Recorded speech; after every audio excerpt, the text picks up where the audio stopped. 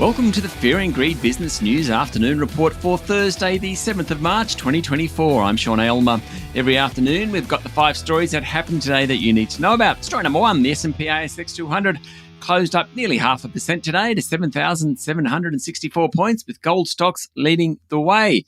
Stars of the show, however, were the banks, with the Commonwealth Bank hitting a new record level, while Westpac and National Australia Bank hit multi-year highs. Wesfarmers was a strong performer, up 1.5%. Gold leader Northern Star Resources was up 2.6%.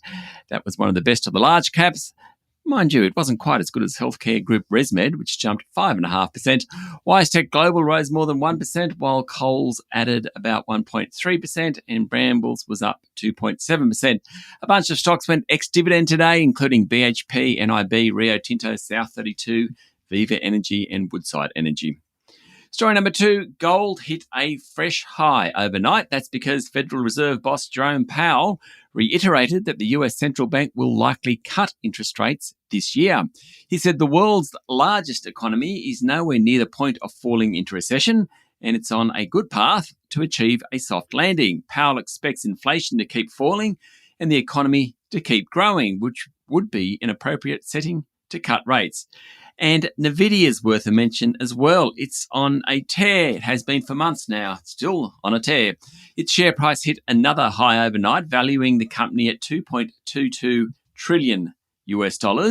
Apple, which is down 9% so far this year, is worth $2.61 trillion US. So it's quite possible that Nvidia will become the second largest company on Wall Street within months, behind Microsoft, which is worth about $3 trillion US. The part of the story I really like is a bit about 2 directors selling shares in recent days. In one case, it was less than 10% of his holding, and reaping $180 million.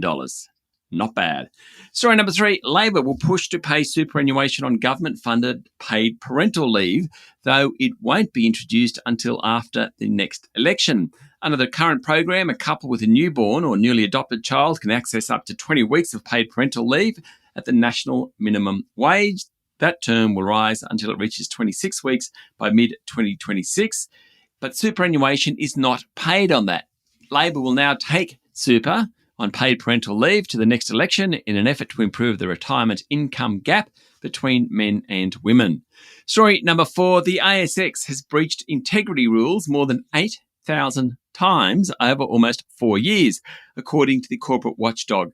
The Australian Securities Investments Commission called it an order information transparency failure at the ASX, which is a breach of the rules that support liquidity and reliability across markets.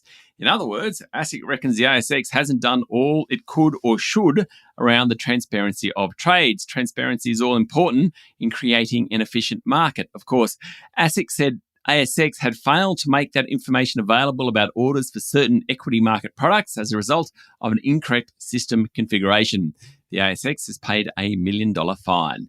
And story number 5, Tesla has cut ties with Australia's biggest auto industry group, alleging it's making false claims in a bid to convince the government to water down new emission standards for car manufacturers.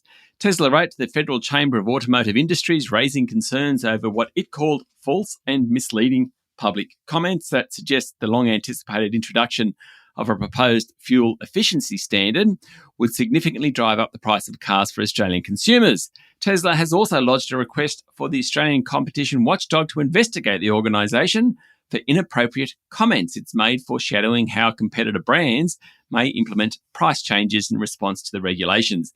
Now, the new standards will cap emissions of a car manufacturer's fleet of vehicles. It will apply to new cars only and is designed to reduce emissions by 60% by 2030. That's it for the afternoon report for Thursday, the 7th of March, 2024. Don't forget to hit follow on the podcast and find Fear and Greed on LinkedIn, Instagram, X and Facebook. Join Michael Thompson and I tomorrow morning for the Fast 5 by Fear and Greed, the top 5 business stories you need to know in just 5 minutes. I'm Sean Aylmer. Enjoy your evening.